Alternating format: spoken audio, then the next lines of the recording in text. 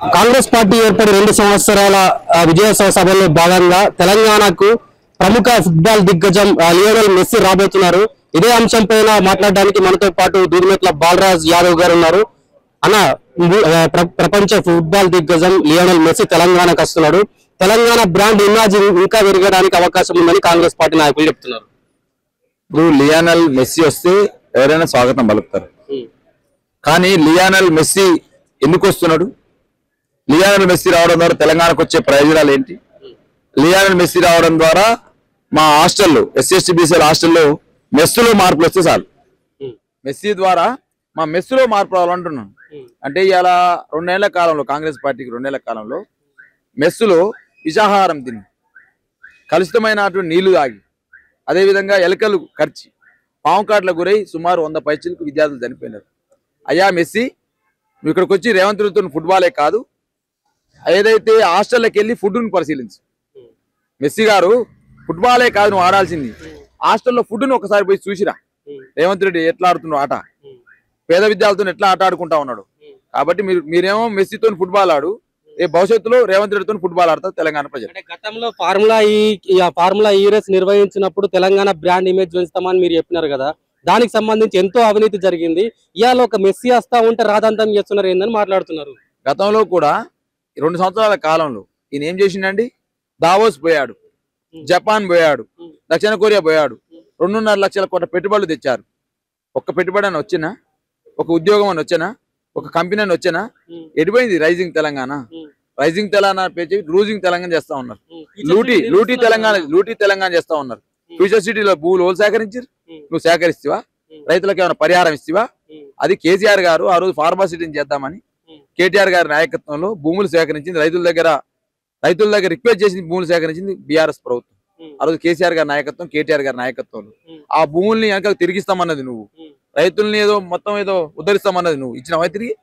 ఇవాళ మేము ఫార్మాసిటీ భూములు సేకరిస్తే పేరు మార్చి దాన్ని ఫ్యూచర్ సిటీ అని పెట్టినాం. ఆ ఫ్యూచర్ సిటీలో ఇలా ఏది గ్లోబల్ సమ్మిట్ అట. గ్లోబల్ సమ్మిట్ కాదు, అది గ్లోబల్ సమ్మిట్. గ్లోబల్ అంటే ఒక అబద్ధాన్ని 100 సార్లు పదే చెప్తే నిజమైద్దట. ఇది గ్లోబల్ సమ్మిట్ కాదు, ఇది గ్లోబల్ సమ్మిట్ గా మారుతుంది. ట్రంప్ తో పోటీ పడుతున్న రేవంత్ రెడ్డి, ట్రంప్ ఏమో అక్కడ సుంకాలు విధించిండు, ఇక్కడనేమో ఈయన ఆర్టీ ఛార్జీలు పెంచిండు, అక్కడనే ఉద్యోగాలు ఉడబిక్తుండు, ఇక్కడ ఉద్యోగాలు ఇవ్వకుండా ఇబ్బంది పెడతా ఉన్నాడు. అదే విధంగా నాకు శాంతి అవార్డు ఇవ్వాలని మాట్లాడుతున్నా ఆయన. ప్రపంచ శాంతి అవార్డు, ఈ మధ్యన ఫుట్బాల్ అవార్డు ఏదో వచ్చినట్టుంది, ఆయన ఫుట్బాల్ పీపా అవార్డు శాంతి బహుమతి ఇచ్చింది. ఈయన కూడా భవిష్యత్తులో రేవంత్ రెడ్డి గారు కూడా ట్రంప్ అవెన్యూ మార్గాన్ని పెట్టినాడు ఇలా. కాబట్టి ట్రంప్ కి ఎట్లయితే శాంతి బహుమతి ఇచ్చారో పీపా వాళ్ళు నాకు అవార్డు ఇవ్వాలి. ఏం అవార్డు ఇవ్వాలి? దేశంలో ఎవరు పెట్టలే కాబట్టి గ్లోబల్ సమ్మిట్ ఎవరు పెట్టారు కాబట్టి నాకు గ్లోబల్ అవార్డు ఏమైనా అడుగుతాడు నాకు తెలిసి. రేవంత్ మా ప్రభుత్వం మీద నమ్మకం కొద్దే ప్రపంచ నలుమూల నుంచి పెట్టుబడులకు వస్తున్నారని చెప్పేసి మాట్లాడుతున్నారు కదా. ముఖ్యమంత్రుల దగ్గర పోయారు, భారతదేశం ముఖ్యమంత్రి దగ్గరికి మంత్రివర్గం అంతా పోయింది. ఒక ముఖ్యమంత్రి వచ్చిండు ఇవాళ, ఒక చెప్పాలి నాకు, నువ్వు విజువల్ తీసుకో. ఒక ముఖ్యమంత్రి వచ్చిండా? ప్రధానమంత్రి కలిసి ప్రధానమంత్రి వచ్చిండా? కనీసం వాళ్ళు రాహుల్ గాంధీ అని వచ్చిండా? వస్తాడా? ఇవాళ రేపు రాహుల్ గాంధీ అన్న పర్యటన ఉన్నదా? రాహుల్ గాంధీ రాకపోయా, ప్రధానమంత్రి రాకపోయా, ఇక ప్రపంచ దిగ్గజాలు వస్తున్నారని మాట్లాడుతారు. ఎవరు వస్తారు? ఎంతమంది? 154 మంది. అంత డొల్లా, అంతా ఏదో అంబక్ ప్రచారం తప్ప ఏం లేదు. అవతార సినిమాల కాక యానిమేషన్ ఫిలిం చూపెడతా తెలంగాణ ప్రజలకి. అయ్యా రేవంత్ రెడ్డి గారు, దయచేసి నేను చెప్తా ఉన్నాను, వాస్తవానికి రండి. తెలంగాణను ఒకవేళ మీరు హైదరాబాద్ బ్రాహ్మణ చేయాలంటే హైదరాబాద్ లో హత్యలు జరగకుండా చూడు, సైబర్ నేరాలు జరగకుండా చూడు, మహిళలపైన లైంగిక నేరాలు జరగకుండా చూడు. అదేవిధంగా హైదరాబాద్ బ్రాండ్ ఇమేజ్ పెంచు. గది నువ్వు చేయాల్సింది. ఇలా సంబరాలు చేసుకుంటారు 2 ఏళ్ల కాలంలో. ఏం సంబరాలు చేసుకుంటుంది? రైతు రుణమాఫీ ఎగ్గొట్టి సంబరాలు చేసుకోవాలన్నా? రైతు బంద్ ఎగ్గొట్టి సంబరాలు చేసుకోవాలన్నా? తులం బంగారం ఎగ్గొట్టి సంబరాలు చేసుకోవాలన్నా? విద్యార్థులు స్కూటీలు ఎగ్గొట్టిన సంబరాలు చేసుకోవాలన్నా? పింఛన్ ఎగ్గొట్టినందుకు సంబరాలు చేసుకోవాలన్నా? దళిత బంధు ఎగ్గొట్టినందుకు దళితులు సంబరాలు చేసుకోవాలన్నా? బీసీ బంధు ఎగ్గొట్టినందుకు బీసీలు సంబరాలు చేసుకోవాలన్నా? ఎవరి కోసం చేసుకోవాలి సంబరాలు? ఇవాళ రేవంత్ రెడ్డి సంబరాలు చేసుకోవాలి, ఎందుకంటే భూములను ఆక్రమిస్తున్నందుకు. రేవంత్ రెడ్డి అనుచరులు సంబరాలు చేసుకోవాలి, ఆ భూములు అపనంగా వాళ్ళు కట్టబెడుతున్నందుకు. రేవంత్ రెడ్డి అన్నదమ్ములు సంబరాలు చేసుకోవాలి, ఫ్యూచర్ సిటీలు 1000 ఎకరాలు లాక్కున్నందుకు. రేవంత్ రెడ్డి కాంట్రాక్టర్ సంబరాలు చేసుకోవాలి, 2 సంవత్సరాల 18,000 కోట్లు విడుదల చేసింది. ఇక ఓర్చుకోలేదో ప్రజలు అడగాల పోయి. ఇలా ప్రజలపై అడగాలి, తెలుస్తుంది ఏం జరుగుతుంది అనేది. కాబట్టి రేవంత్ రెడ్డి గారు, నీ బాకా మాటలు, నీ అబద్ధపు ప్రచారాలు ఇకనైనా మానుకో, వాస్తవాలకి రా. హైదరాబాద్ ఏందో తెలుసుకో, హైదరాబాద్ బ్రాండ్ ఇమేజ్ తెలుసుకో. ఇవాళ హైదరాబాద్ లో హైడ్రా పేరుతో చేసిన విధ్వంసాన్ని సరిదిద్దుకునే ప్రయత్నం చెయ్యి. ఇలా పేదోళ్ళకి ఏదైనా సాయం చేసే ప్రయత్నం చెయ్యి. ఇలా రైతులకు ఇస్తున్న బోనస్ ఇచ్చే ప్రయత్నం చెయ్యి. అప్పుడు ప్రజలు సంబరాలు చేసుకుంటారు తప్ప 2 ఏళ్ల పరిపాలన అర్థమైపోయింది రేవంత్ రెడ్డి ఏం చేయలేడని. డెఫినెట్ గా ఓ ప్రతిపక్ష పార్టీగా బీఆర్ఎస్ పార్టీగా భవిష్యత్తులో ప్రజల ముందుకు పోతాం, ప్రజలకు ఇవన్నీ వివరిస్తాం. రేవంత్ రెడ్డి చేస్తున్నటువంటి ఈ యొక్క డైవర్షన్ పాలిటిక్స్ కూడా డెఫినెట్ గా ప్రజల ముందు ఎండగడతాం. ఇవాళ మళ్ళా 1 లక్ష కోట్లు వస్తాయట ఈ యొక్క గ్లోబల్ సమ్మిట్ ద్వారా. 1 లక్ష కోట్లు వస్తే రావు కానీ రేవంత్ రెడ్డి పెద్ద లీడర్ అయిపోవాలని చూస్తా ఉండి తెలంగాణ దాటిండు, భారతదేశం దాటిండు. ఇక గ్లోబల్ లీడర్ ఉంది ఆయనకి. ఇక గ్లోబల్ అంత అయితే అని అనుకుంటున్నాను. తెలంగాణ రైజింగ్ 2047 విజన్ ఎట్లా చూస్తారు అసలు మీరు? రైజింగ్ ఎక్కడిదే, లూజింగ్ అవుతుంటే అంతా భూములన్నీ అమ్ముకుంటుంటే 9,292 ఎకరాలు అప్పనంగా అమ్ముకుంటుంటే ఇంకా రైజింగ్ అట్టమైంది. అంత లూజింగే కదా, లూటీ చేస్తా ఉన్నాడు కదా, లూటింగ్ అవుతుంది. రైజింగ్ కాదు, తెలంగాణ లూటీ అవుతుంది. 2 సంవత్సరాల కాలంలో 100 రోజుల్లోనే 2 లక్షల ఉద్యోగాలు వేసినటువంటి సందర్భం. మరి 2 సంవత్సరాల కాలం వచ్చింది, నువ్వు ఉద్యోగాల సంబరాలు అంటున్నావు. ఏ విషయం నమ్మల్లో మీరు ఆలోచించుకోవాల్సినటువంటి అవసరం ఉంటుంది. ఫస్ట్ ఆఫ్ ఆల్ సరే, ఉస్మానియా యూనివర్సిటీ ఉద్యమాలకు పురిటిగడ్డ, అనేకమైనటువంటి పోరాటాలకు ఆనాడు వందే మాతర ఉద్యమం మొదలుకొని తెలంగాణ మలిదశ తెలంగాణ ఉద్యమం కూడా ఈ రోజు అనేకమైనటువంటి పోరాటకు నీలమైన ఉస్మానియా గడ్డ, ఉద్యమకారులకు అడ్డ. ఇది ఉద్యమద్రోహులకు అడ్డ కాదు. తెలంగాణ ఉద్యమంలో మరి ఉద్యమకారుల మీద రైఫిల్ పెట్టినటువంటి ఒక ఉద్యమద్రోహిగా ఆనాడు మరి రేవంత్ రెడ్డి ఉన్నటువంటి సందర్భం. మరి ఉస్మానియా యూనివర్సిటీకి ఆయన అడ్డ కాదు, ఉద్యమద్రోహి. సరే, తెలంగాణ రాష్ట్ర ముఖ్యమంత్రి హోదాలో వస్తా అంటున్నాడు కాబట్టి ఆయనకు వచ్చే ముందు ఆయన ఇచ్చినటువంటి హామీలు, తెలంగాణ రాష్ట్ర ముఖ్యమంత్రి కావడానికి అనేకమైనటువంటి హామీలు ఇచ్చిండు. ఉద్యోగాలు ఇస్తా అని చెప్పిండు.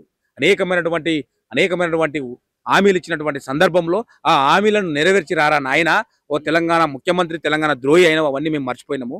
నువ్వు ఒక ముఖ్యమంత్రి అయినావు, అయిన తర్వాత వస్తా అంటున్నావు కాబట్టి ఆ ఇచ్చినటువంటి హామీలను నెరవేర్చి రారా నాయన అని మేము అంటున్నాం. 100% స్వాగతిస్తాం. గతంలో ఏ ముఖ్యమంత్రి రాలేదు, ఇవాళ ఒక ముఖ్యమంత్రి వస్తా ఉంటే మీరు ఆయన మీద విషయం చల్లే ప్రయత్నం చేస్తున్నారు ఏమన్నా? ఏం విషయం ఏం చెబుతున్నాము? కేసీఆర్ రాలేదండి ఉస్మానియా యూనివర్సిటీకి? దొంగసాటుకి ఏందండి? 100 సంవత్సరాల చరిత్ర కలిగినటువంటి 100 సంవత్సరాల సంబరాల్లో ఆనాడు అంగరంగ వైభవంగా ఏ విధంగా ఏ రకంగా రాష్ట్రపతి వచ్చినటువంటి సందర్భంలో తెలంగాణ రాష్ట్ర ఉద్యమానికి ప్రతీకైనటువంటి ఉస్మానియా యూనివర్సిటీ ఏ రకంగా ఆ రోజు వచ్చిండో ఆ రకంగా వచ్చిండు. దొంగసాటున లేదు. ఈ రోజు దొంగసాటున మరి ఏ రకంగా మేము అడుగుతా ఉన్నాము. ఒక్క పోలీసు రాకుండా దమ్ము ధైర్యం ఉంటే రేవంత్ రెడ్డికి మొన్న చెప్పిండు. మొన్న ఎందుకు వచ్చిండు? ఈ రోజు మేము ప్రశ్నిస్తా ఉన్నా. మొన్న రేవంత్ రెడ్డి ఉస్మానియా యూనివర్సిటీకి ఎందుకు వచ్చిండు? 2 సంవత్సరాల కాలంలో నువ్వు ఏం యూనివర్సిటీకి ఏం ఒరగబెట్టిందని యూనివర్సిటీకి వచ్చినవా? కేసీఆర్ గారు కట్టించినటువంటి హాస్టల్ను రిబ్బన్ కాయడానికి వచ్చినావు. అదే నువ్వు పెద్ద తోపు అనుకుంటున్నావా? నువ్వు తురుముగా అనుకుంటున్నావా? నువ్వు ఏం చేసినావు? 2 సంవత్సరాలు 2 లక్షల కోట్ల అప్పు తెచ్చినావు. అప్పు తెచ్చి ఉస్మానియా యూనివర్సిటీకి 1 రూపాయి అనేటువంటి ద్రోహి ముఖ్యమంత్రి నువ్వు. ఈ రోజు నువ్వు యూనివర్సిటీకి వస్తా అని చెప్పినావు, 1000 కోట్లు ఇస్తా అని చెప్పినావు. మొన్న 1000 కోట్లకు సంబంధించినటువంటి జీవోలు ఇచ్చిరమ్మని చెప్తున్నాము. 100% రావాలి, యూనివర్సిటీ అభివృద్ధి చెందాలి, పాడుపడ్డటువంటి బిల్డింగ్లు మంచి అత్యధికమైనటువంటి పెక్కుబడినటువంటి హాస్టల్లో మంచి రావాలి. దౌర్భాగ్యం మొన్న విద్యార్థులకు అన్నంలో పురుగు మందు, వాళ్ళకి హాస్టల్లో ఏం లేదు. కనీస మౌలిక సదుపాయాలు కలిగినటువంటి దౌర్భాగ్య పరిస్థితి. ఈ రోజు నువ్వు కాంగ్రెస్ పార్టీ నువ్వు వస్తా అది చేస్తా ఎవడు అంటుండండి? నువ్వు రావాలని కోరుకుంటున్నావు, నువ్వు వచ్చే ముందు హామీలు నెరవేర్చి రారా నాయన అని చెప్తున్నాం. అంతే, హామీలు నెరవేర్చి రమ్మని చెప్తున్నాం. అంటే ముఖ్యమంత్రి రేవంత్ రెడ్డి గారు వస్తే ఉద్యోగాల జాతర మొదలవుతుందని కూడా చెప్తున్నారు. గతంలో 60,000 ఉద్యోగాలు ఇచ్చినాం, ఇప్పుడు కూడా ఒక 40,000 ఉద్యోగాలు ఇస్తాం ఉస్మానియా యూనివర్సిటీ వేదికగా అని కూడా కొంతవరకు వార్తలు వస్తున్నాయి కదా. ఏవలు 50,000 ఉద్యోగాలు ఇచ్చిరండి? కాంగ్రెస్ పార్టీ నేను అంటున్నా 5,000 నుంచి 6,000 నుంచి ఒక ఉద్యోగం ఇవ్వలేదు నేను అంటున్నా. మందికి పుట్టిన పిల్లను కూడా నా పిల్ల ముద్దాడితే నేను ఏం చేయలేనండి. మందికి పుట్టిన పిల్లను కూడా నా పిల్లని నేను అనుకుంటే నేను ఏం చేయలేను. నువ్వు ఇచ్చిన ఉద్యోగాల నోటిఫికేషన్ లేనిది, నువ్వు ఎన్ని ఉద్యోగాలకు రాత పరీక్ష పెట్టినావు, ఎన్ని ఉద్యోగాలకు ఫలితాలు ఇచ్చినావు? 2 సంవత్సరాల కాలం గడుస్తా ఉంది. నువ్వు 5,000 ఉద్యోగాలు పిలిపిలియలే. గత ప్రభుత్వం ఇచ్చినటువంటి నోటిఫికేషన్లు, గత ప్రభుత్వం పెట్టినటువంటి ఎగ్జామ్లు, గత ప్రభుత్వం ఇచ్చినటువంటి ఫలితాలను దాన్ని ఆసరా చేసుకొని నువ్వు నియామక పత్రాలు ఇస్తే నువ్వు ఇచ్చినట్ట? నీకు దమ్ము ఉంటే 2 లక్షల ఉద్యోగాలు ఇస్తాను, నోటిఫికేషన్ వేసి ఉద్యోగాలు ఇరా నాయన. నువ్వు ఒక్క ఉద్యోగం ఏం ఇవ్వాలను? చెవర దన్నాసి నువ్వు సన్నాసి, నేను ఉద్యోగాల జాతర అన్ని మన్నులేదు మశానం లేదు. రేవంత్ రెడ్డికి ఎంతసేపు ఆయన కమిషన్లు కాంట్రాక్టర్లు తప్ప తెలంగాణ రాష్ట్రం తెలంగాణ ప్రజల మీద ప్రేమ లేదనేది సుస్పష్టం. గత ప్రభుత్వం నోటిఫికేషన్లు ఇచ్చినా కూడా, ఎగ్జామ్స్ నిర్వహించినా కూడా పేపర్ లీకేజ్ లాంటి ఘటనలు జరిగినాయి. ఇవాళ మా ప్రభుత్వం బాజాప్తిగా ఎగ్జామ్స్ నిర్వహించిందని కూడా చెప్తున్నారు కదా. ఏం జరిగింది? మన గ్రూప్ 1 పరీక్షలు ఏమైందండి? గ్రూప్ 1 పరీక్షలు అవకతవకలు జరగలేదండి. ఎవరో కోట్ల కేసు వేసిరండి. అది అప్పుడు గత ప్రభుత్వము నోటిఫికేషన్ వేసి ఎగ్జామ్ పెట్టి ఫలితాలు వచ్చిన తర్వాత కోట్లకు అభ్యర్థులు వేయరు. దానివల్ల లేట్ అయింది. ఇప్పుడు ప్రేమ ఉంటేనే కదండి కేసీఆర్ కట్టుదంగా తెలంగాణ ఉద్యమ బిడ్డ ముఖ్యమంత్రి అయిన తర్వాత ఈ వర్గాలకు ఉద్యోగాల నీళ్లు నిధుల మాకు ట్యాగ్ లైన్ మీద కదండి తెలంగాణ రాష్ట్రం కోసం పోరాడినాం. ఈ బిడ్డలకు న్యాయం జరగలంగానే ఉద్యోగాలు వేసినాము. ఎవరెవరు కోర్టుకు పోయి ఆలస్యమైంది. నీకు ప్రేమ ఉంటే, నిరుద్యోగుల మీద ప్రేమ ఉంటే ఉద్యోగ నోటిఫికేషన్ ఏమని అడుగుతున్నాము. మేము వ్యతిరేకిస్తలేము. నువ్వు నోటిఫికేషన్ లేచి ఏమిచ్చిండు 100% స్వాగతిస్తాము. మేము అడుగుతా ఉన్నాము 100% మీరు ఇచ్చినటువంటి హామీలు సంవత్సర కాలంలో 2 లక్షల ఉద్యోగాలు ఇస్తా అని చెప్పిండు. ప్రకటించమని చెప్తున్నాము. మేము అడ్డుకోము. నువ్వు చరిత్ర ద్రోహిగా మిగిలిపోతావు, చరిత్ర నిలిచిపోతావు. మేము అడుగుతా ఉన్నాం. నువ్వు 2 లక్షల ఉద్యోగాలు అన్నావు, నోటిఫికేషన్ అయ్యి అనేకమైనటువంటి హామీలు ఇచ్చినావు, నెరవేర్చమని అడుగుతున్నాం.